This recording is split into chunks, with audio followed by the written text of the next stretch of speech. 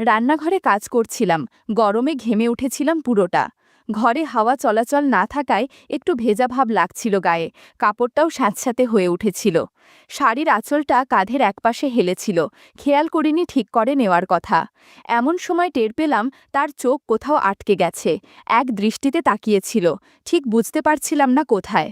হঠাৎ করে তার হাতটা আমার কাঁধ ছুঁয়ে গেল হালকাভাবে। সেটা ইচ্ছাকৃত না অনিচ্ছাকৃত বোঝা মুশকিল, তবে সেই মুহূর্তটাকে আলাদা করে মনে থেকে গেল। আমার নাম ঝুমা, বয়স ৩৯ ছুঁই ছুঁই।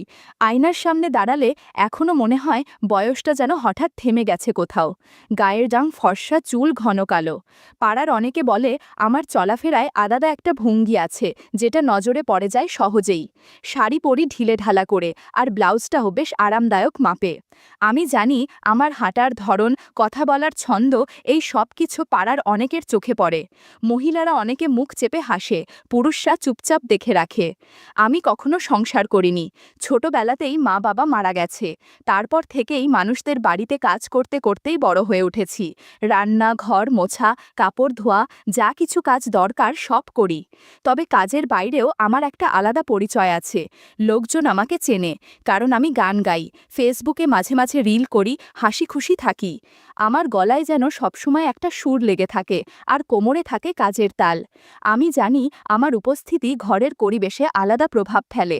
পাড়ার এই দিকটায় অনেক বাড়িতে কাজ করেছি। কারো সংসারে কথা নেই, কারো ঘরে সম্পর্কের টান নেই, কোথাও আবার এমন বাড়তি দূরত্ব যেটা বোঝা যায় বলা যায় না। এই সব বুঝেই চলতে হয় আমাদের মতো মানুষদের। আমি এক একটা বাড়িতে গিয়ে বুঝে ফেলি কোথায় কি চলছে, না বলে না শুনেই। কিছুদিন হলো আমি কাজ নিয়েছি নরেন্দ্রবাবুর বাড়িতে। ৩ তলা বাড়ির নিচতলায় ওনার ফ্ল্যাট। বয়স ৫০-এর মতো হবে, চেহারায় চিন্তা ভাবনার ছাপ, চোখে একটা ধীর ভাব। কিন্তু মাঝে মাঝে মনে হয় অনেক কিছু বোঝেন উনি, আবার অনেক কিছু বোঝাতে চানও না। যেদিন প্রথম কাজে যাই উনি খাটে বসে মোবাইল ঘাঁটছিলেন। আমি ঘরে ঢুকতেই চোখ তুলে তাকালেন। সেই এক নজরেই মনে হলো এই চোখ চুপচাপ হলেও অনেক কিছু বলে ফেলে, যেটা মুখে বলা হয় না। নরেন্দ্রবাবুর স্ত্রী অনন্য ম্যাডাম খুব ভদ্রমহিলা, শান্ত ধীরস্থির, তবে নিজেকে নিয়ে তেমন ভাবেন না। চেহারার একরকম ক্লান্তি আর দুশ্চিন্তার ছাপ। ওনার আচরণ সবসময় নম্র, কিন্তু কোথাও যেন একটা দূরত্ব রয়ে গেছে সংসারের ভেতরে।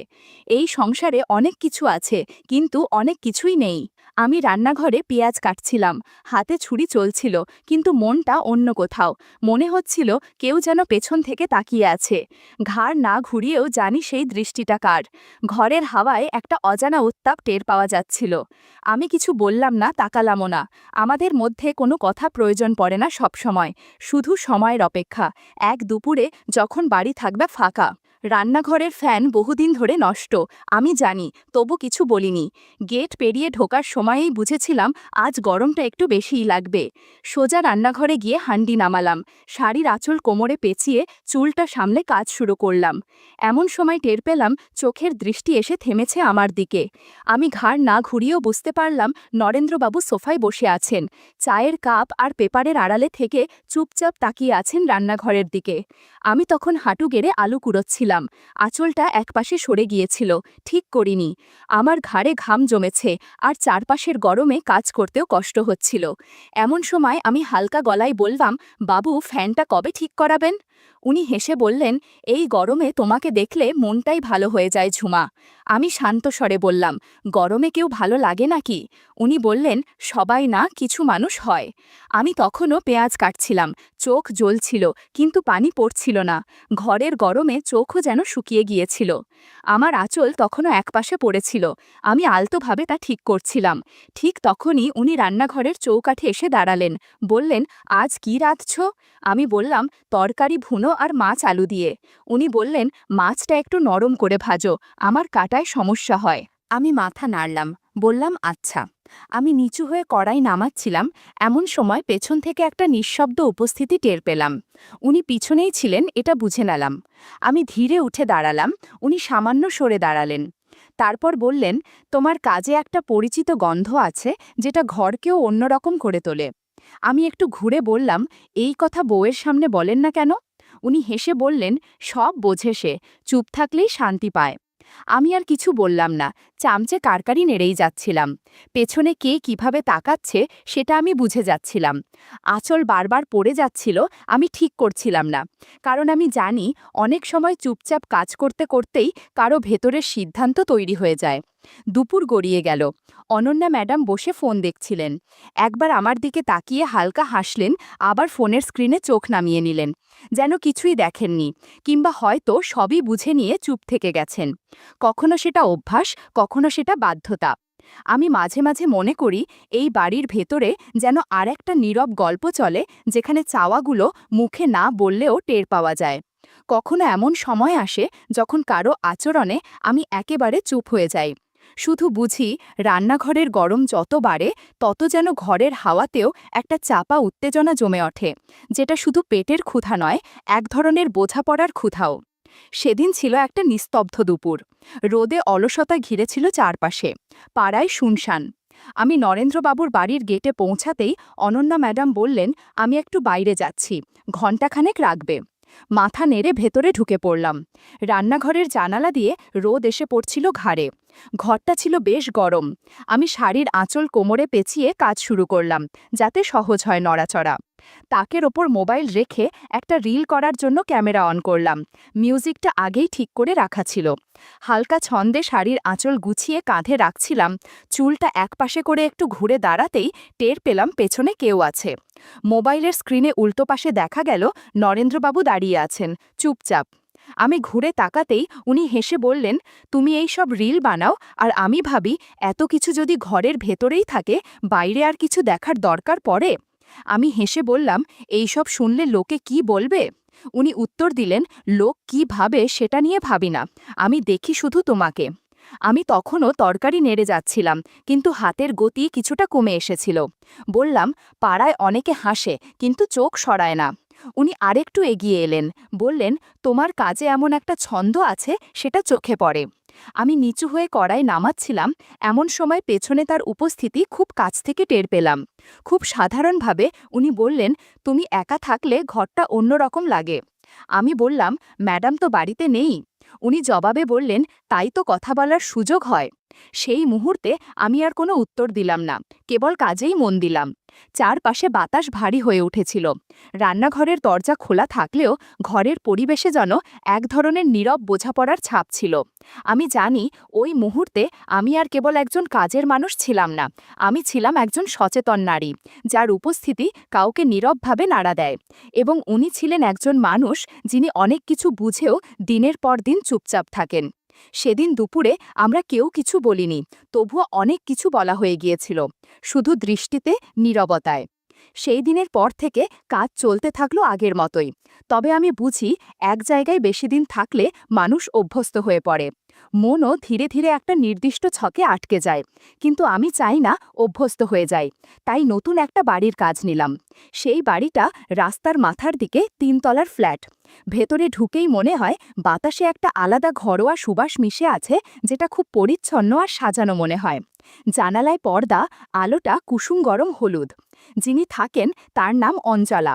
নামের মতোই তিনি যথেষ্ট গুছিয়ে থাকা একজন নারী। গায়ের রং উজ্জ্বল না হলেও পরিষ্কার। সাজগোজেও তিনি বেশ খেয়াল রাখেন। চুলে কাজল, ঠোঁটে হালকা লিপস্টিক। উনি সকাল দুপুর বিকেল সবসময় আরামদায়ক পোশাক পরে থাকেন। হালকা নাইটি, যেটা দেখে বোঝা যায় তিনি নিজের কমফোর্টে বিশ্বাসী। নতুন করে এখানে কাজ শুরু করলাম, কিভাবে সময় এগোয় সেটাই এখন দেখার। আমি প্রথম দিনেই দেখলাম উনি আয়নার সামনে দাঁড়িয়ে চুল আঁচড়াচ্ছেন। হালকা নিচু হয়ে কিছু তুলতেই নজর চলে গেল। স্বাভাবিক এক মুহূর্ত, কিন্তু কেমন যেন আটকে গেলাম। অনেক মেয়েকেই দেখি, কিন্তু অঞ্জলার নিজের মতো করে চলাফেরা করার এক আলাদা ভঙ্গি আছে, যা সহজ আর আত্মবিশ্বাসী। আমি চুপচাপ কাজ করছিলাম, এমন সময় দরজার কলিং বেল বাজল। অঞ্জলা নিজে গিয়ে দরজা খুললেন। একজন ভদ্রলোক ঢুকলেন, লম্বা, গাঢ় রঙের, চোখে সানগ্লাস, হাতে ব্যাগ। কথাবার্তায় বোঝা গেল পরিচিত কেউ, যেন বহুদিনের সম্পর্ক। অঞ্জলা হেসে বললেন, একদম ঠিক সময়ে এসেছ। তারপর দুজনেই ভেতরে চলে গেলেন।